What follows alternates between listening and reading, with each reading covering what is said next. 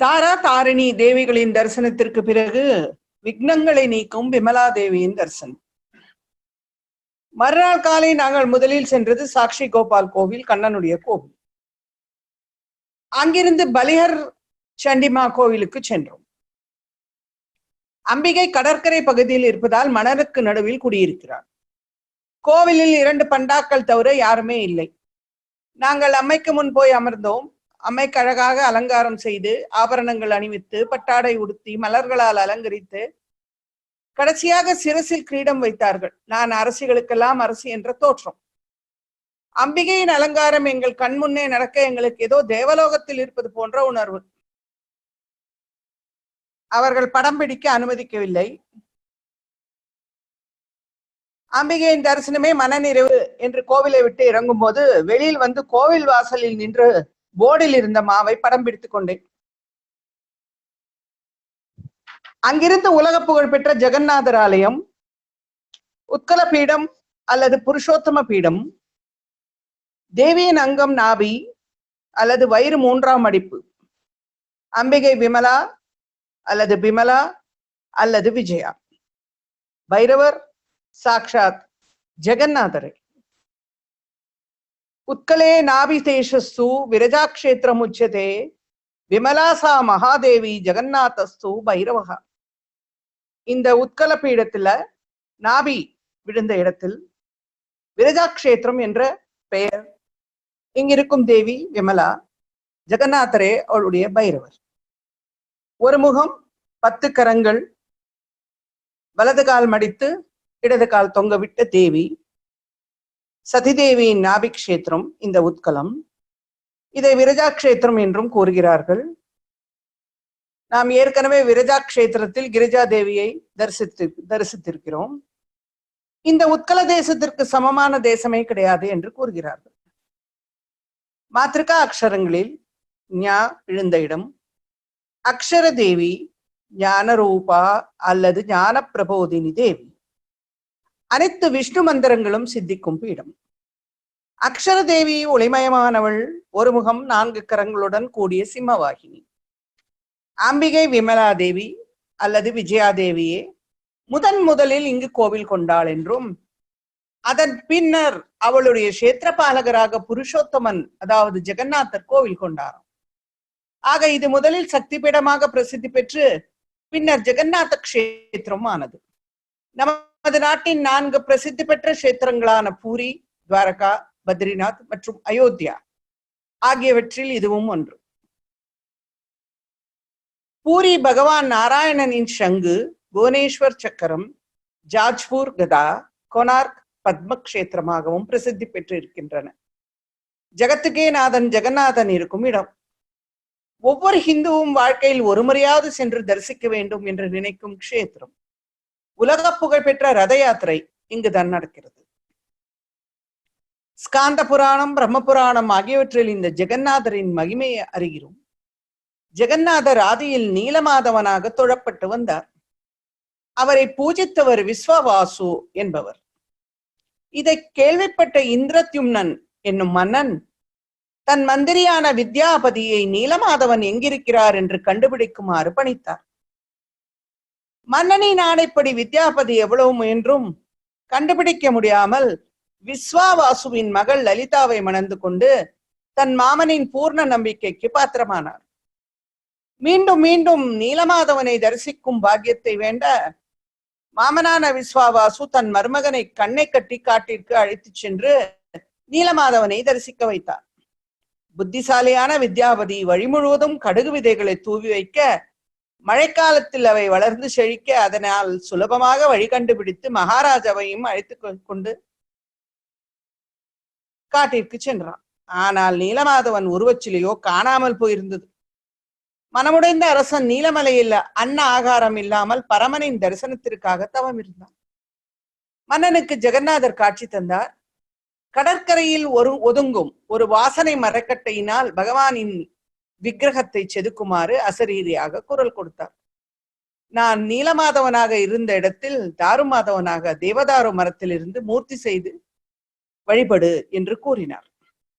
மறுநாள் இந்திரத்யும்னன் கடற்கரைக்கு சென்று ஒதுங்கிய ஒரு பெரிய மரக்கட்டையை கொண்டு வந்து அரண்மனையில் சேர்த்தான்.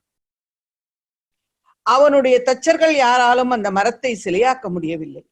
உளிகள் உடைந்தன. அப்போது ஸ்ரீ மகாவிஷ்ணுவும் விஸ்வகர்மாவும் தச்சர்கள் ரூபத்தில் தோன்றி சிலை வடிக்க மன்னனிடம் அனுமதி பெற்றார்கள். சிலை வடிக்க 21 நாட்கள் ஆகும் என்றும் அவர்கள் சிலை செய்யும் மறையை மூடியே இருக்க வேண்டும் என்றும் அதை எக்காரணம் கொண்டும் திறக்கக்கூடாது என்ற நிபந்தனையும் கூறினார்கள். மன்னனும் ஒப்புக்கொள்ள சிலை வடிக்கும் வேலை தொடங்கியது. அரசனின் பட்டத்து ராணி குண்டீசா என்பவளுக்கு சிலையை பார்க்க ஆவல் ஏற்பட்டது. ஆர்வமிகுதியால் அவள் கதவை திறக்க தேவதச்சர்கள் இருவரும் மறைந்தனர். சிலை முடிவு பெறாமல் அரைகுறையாக காட்சி தந்தது. ராணி மிகவும் மனம் வருந்த ஜெகநாதர் அவள் கனவில் தோன்றி ஆறுதல் கூறினார். ரத யாத்திரையின் போது 10 நாட்கள் குண்டீசா கோவிலில் தங்குவதாக அவளுக்கு வாக்கு தந்தார். ஆக மொத்தம் இடுப்பு வரையே உள்ள கைகால் இல்லாத சிலைகள் பிரதிஷ்டை செய்யப்பட்டன. கலிங்க தேசத்து அரசர்களின் கண்கண்ட தெய்வமானார் ஜெகநாதர். ஒரு பரந்த மண்மேட்டில் நீலாச்சல் என்ற பகுதியில் இந்த ஆலயம் அமைந்திருக்கிறது. இவ்வளவு பெரிய கோவிலை நாம் ஒரு சிறிய இடத்துல தான் பார்த்திருக்கிறோம். கிழக்கு வாயில் சிம்மத்வார், இது வழியாக நுழையலாம். ஒரிசா கோவில்கள் எல்லாம் பூரி ஜெகநாதர் கோவிலின் சைலியிலேயே கட்டப்பட்டவை. இந்த ஆலயத்தின் 4 மண்டபங்கள், போக் மண்டபம், நடன மண்டபம், நாம் தரிசனத்திற்காக நிற்கும் ஜெகன்மோகன மண்டபம் மற்றும் ஜெகநாதரின் கர்ப்ப கிரகம். அருமை கண்ணன் ஜெகநாதராக பலபத்ரர் சுபத்ரையுடன் காட்சியளிக்கிறார். எங்களை உள்ளே அழைத்து சென்றவர் கூட்டம் அதிகம், சுவாமியை பக்கத்தில் நின்று தரிசிக்க முடியாது என்று கூறினார். நாங்கள் அதை கேட்டு விட்டு விடுவோமா? முட்டி மோதி கூட்டாலையில் மிதந்து பகவானின் அருகில் சென்று விட்டோம். என்னே அந்த தெய்வ குடும்பத்தின் சிங்கார அலங்காரம், அவர்களின் நீண்ட கண்கள், அருள் சுரக்கும் முகம், பகவான் எந்த ரூபத்தில் இருந்தாலும் சுகமே. அங்கு அலைமோதும் கூட்டத்தை பார்க்கும்போது எப்பேற்பட்ட தெய்வங்கள் என்று நினைக்க தோன்றுகிறது. கருணாமூர்த்திகள் அல்லவா, மீண்டும் மீண்டும் தரிசிக்க தூண்டும் முகங்கள். அப்பா உலகநாயகா, என்னையும் மதித்து உன்னை பார்க்கும் பேற்றை கொடுத்தாயே என்று கூறிக்கொண்டே வெளியே வந்தேன். இந்த கோவிலில் எல்லா தெய்வங்களையும் காணலாம். சிவன், ராமர், காளி, புவனேஸ்வரி என்று அநேக தெய்வங்கள். ஜெகநாதர் கோபுரத்தின் மீது உள்ள விஷ்ணு சக்கரமும் காவிக்கொடியையும் தரிசித்துக் கொண்டோம். ஜெகநாதரின் கருவறைக்கு மேற்கு திக்கில் குடியிருப்பவள் நம் புருஷோத்தம கஷேத்திரத்தின் பீட்டநாயகியான விமலா தேவி. விமலா எந்த மலமும் இல்லாத அப்பழுக்கற்றவள். எத்தனை அழகான அன்னை! என்னே அவள் சிங்காரம், ஒய்யாரம். அம்மா பத்மாசனத்தில் பத்மம், சாமரம், அபயம், வரதம் என 4 கைகளுடன் காட்சி தருகிறார். அம்மை ஞானரூபா தேவி அல்லவா? ஞானத்திற்கு அதிபதியான மகா சரஸ்வதி அவள். அக்ஷர தேவி சின்முத்திரையுடன் காட்சி தருபவள். அதி அற்புதமான அலங்காரம். கூட்டம் அதிகம் இல்லை. இங்கு ஜெகநாதருக்கே எல்லா பெருமைகளும். நிறைய பீடத்திற்கு இங்கு ஒரு சக்தி பீடம் இருக்கிறது என்று கூட தெரியாது. ஆக அம்பிகையின் சந்நிதியில் அவ்வளவு கூட்டம் இல்லை. நான் நிதானமாக அன்னையின் அழகையும் அருளையும் கொஞ்சம் கொஞ்சமாக பார்த்து ரசித்து அங்கேயே உட்கார்ந்து ஜபிக்க தொடங்கினேன். அம்மையின் முன் பாடினேன். என்னே உன் கருணை அம்மா, ஜெகஜோதியான உன் ஸ்வரூபத்தை காட்டி என்னை ஆட்கொண்டாயா. வாக்வாணி வரதா வந்தியா வராரோகா வரப்பிரதா, வீரத்திர் வாகீஸ்வரி வார்த்தாவரா வாகீஷ வல்லவா. எல்லா வரங்களையும் அருள்பவள், நமக்கு வாக்சாதுரியத்தை தரும் தேவி என்கிறது சரஸ்வதியின் சகஸ்ரநாமம். சங்கரர் கூறுகிறார், பிரதீப ஜாலாபிர் திவசகர நீராஜன விதிகி சுதா சுதே சந்திரோபல ஜலலைவ அர்க்ய ரச்சனா ஸ்வகீயை ரம்போபிகி சலில நிதி சௌஹித்ய கரணம் துவதீயாபிர் வாக்பி ஸ்தவஜனனி வாசாம் ஸ்துதிரியம். 100வது பாடல் சௌந்தர்யலகரி. தேவியின் வரத்தால் தேவியை பற்றி பாடி துதித்து எப்படி இருக்கிறது என்றால், சூரிய பகவானுக்கு அவனது கிரணங்களால் தீபாராதனை செய்தது போலவும், சந்திரனுக்கு சந்திரகாந்த கல்லில் கசியும் நீர்த்திவலைகளால் அர்க்கியம் அளிப்பதற்கும் சமம் என்கிறார் ஆச்சாரியர். இதற்கு காரணம் வாக்கின் பிறப்பிடமான நம் அம்மாவே. அவள் எல்லா அக்ஷரங்களின் ஸ்வரூபம். அவளால் உற்பத்தி செய்யப்பட்ட அக்ஷரங்களையும் அந்த அக்ஷரங்களை கொண்டு புனையப்பட்ட ஸ்லோகங்களும் அம்பாளின் கருணை. கோமளவல்லியை அல்லியன் தாமரை கோயில் வைகும், யாமளவல்லியை ஏதம் இலாளை எழுதறிய, சாமளமேனி சகல கலாமையில் தன்னை தம்மால் ஆமளவும் தொழுவார் எழுவாருக்கும் ஆதிபரே. 96வது பாடல் அபிராமி என்றார். அம்பிகை மென்மையானவள், கொடி போன்ற வளைபவள், பக்திக்கு வளைந்து கொடுப்பவள், யாமல தந்திரம் மூலம் பூஜிக்கப்படுபவள், எந்தமும் மலமும் இல்லாதவள், விமலை அமலை, அம்பிகை சௌந்தரியத்திற்கு உதாரணமானவள், அவள் சகல கலாமையில் எல்லா கலைகளுக்கும் வடிவானவள், சதுசஷ்டி கலாத்மிகே என்கிறது லலிதையின் சகசரநாமம், சர்வ வித்யாத்மிகே என்கிறார் காளிதாசர், கலா லீலா சாலா கவிகுலவசகா கைரவவனி என்கிறார் மூகர்.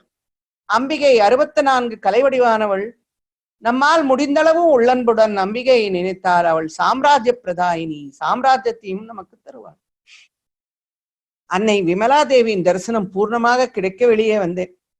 மனம் முழுவதும் ஆனந்தம், உடலோ கூத்தாடியது. அம்பிகை படம் எடுக்க முடியவில்லையே என்ற ஆதங்கத்தில் வெளியே வந்தேன்.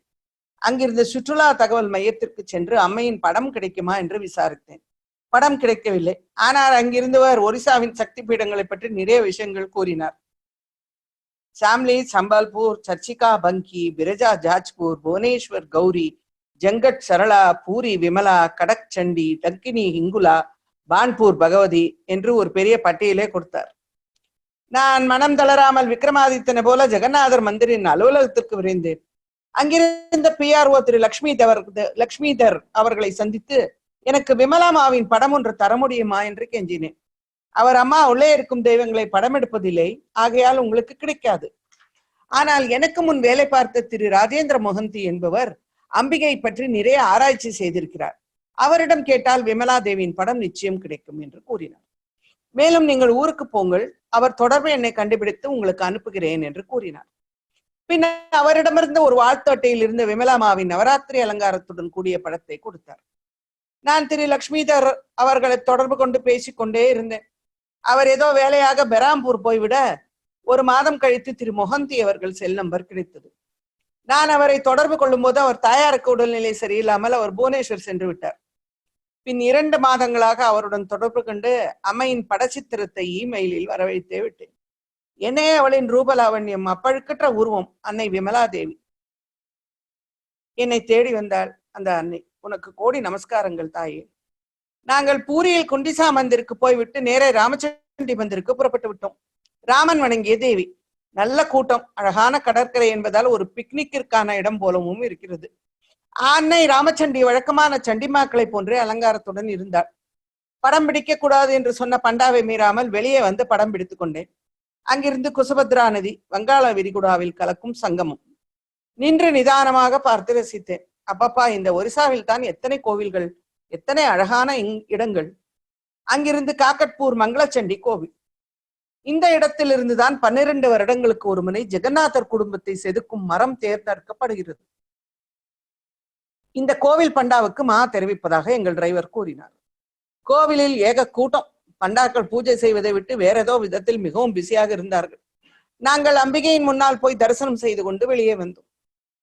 அடுத்து பிரசித்தி பெற்ற கோனார்க் சூரியன் கோவில். கோனே என்றால் கார்னர், மூலை. அர்க் என்றால் சூரியன், சன். நமக்கு கண்ணுக்கு தெரிந்த ஒரே கடவுள் சூரிய பகவான் அல்லவா? அவரின் வழிபாடு சௌரம் எனப்படுகிறது. இந்த கோவில் சூரியனின் ரதத்தை போல அமைக்கப்பட்டு சக்கரங்களுடன் கூடியதாக உள்ளது. உள்ளே மூர்த்தி எதுவும் இல்லை.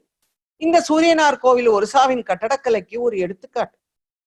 கண்ணனின் மகன் சாம்பா தொழுநோயால் அவதியுறும் போது 12 வருடங்கள் சூரியனை நினைத்து தபஸ் பண்ணி சூரிய தேவனின் கருணையால் அவனது தொழுநோய் குணமாக சூரிய தேவனின் கருணைக்கு பரிசு இந்த மாபெரும் கோவில்.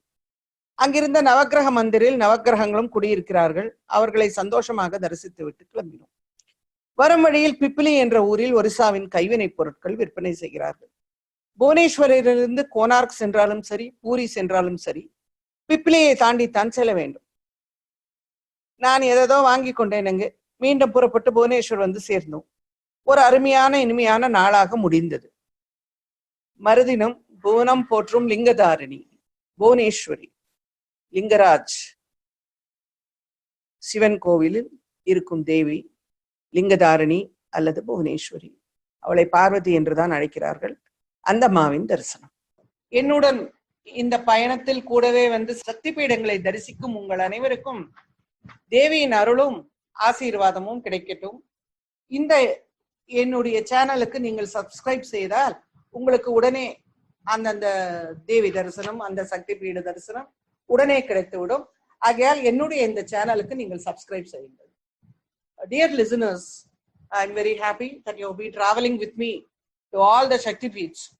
And Mata has been blessing you all with her grace. And if you can subscribe to this channel,